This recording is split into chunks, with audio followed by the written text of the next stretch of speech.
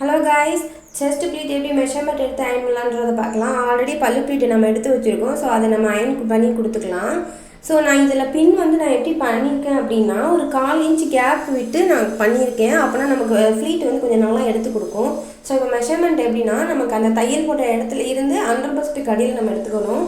So அப்படின்னா தான் நமக்கு சைடு அடிக்காமல் இருக்கும். ஸோ எனக்கு 14 காட்டுது. லென்த்து நம்ம இந்த கையில் உள்ள தையலுக்கு நம்ம அளவு எடுத்துக்க போகிறோம். ஸோ 15 காட்டுது எனக்கு. ஸோ லென்த் ஹைட் நம்ம மெஷர் பண்ணோம் இல்லையா? ஸோ 14 நம்ம மெஷர் பண்ணி பின் பண்ணிக்கிறோம். அந்த பின் பண்ண இடத்துல இருந்து 15 நம்ம லென்த்து மெஷர்மெண்ட் பண்ணோம் இல்லையா? ஸோ அதை ஃபஸ்ட்டு ப்ளீட் எடுத்து நம்ம பின் பண்ணிக்க போகிறோம். இவ்வளோ தான் காய்ஸ். நம்ம பின் பண்ணியிருக்க ஆல்ரெடி தள்ளி பின் பண்ணிக்கிறதுனால நமக்கே ப்ளீட்டை எடுத்து கொடுத்துரும். ஸோ இது எந்த அளவுக்கு அயன் பண்ண போகிறோம் அப்படின்னா, நான் செகண்ட் பின் பண்ணியிருப்பேன் இல்லையா? ஸோ அந்த அளவுக்கு நம்ம இதை அயன் பண்ணி எடுத்துக்கலாம். ஸோ நெக்ஸ்ட்டு சென்டர் ப்ளீட் எப்படி அயன் பண்ணுறன்றதை நெக்ஸ்ட் வீடியோவில் சொல்கிறேன். பாய்.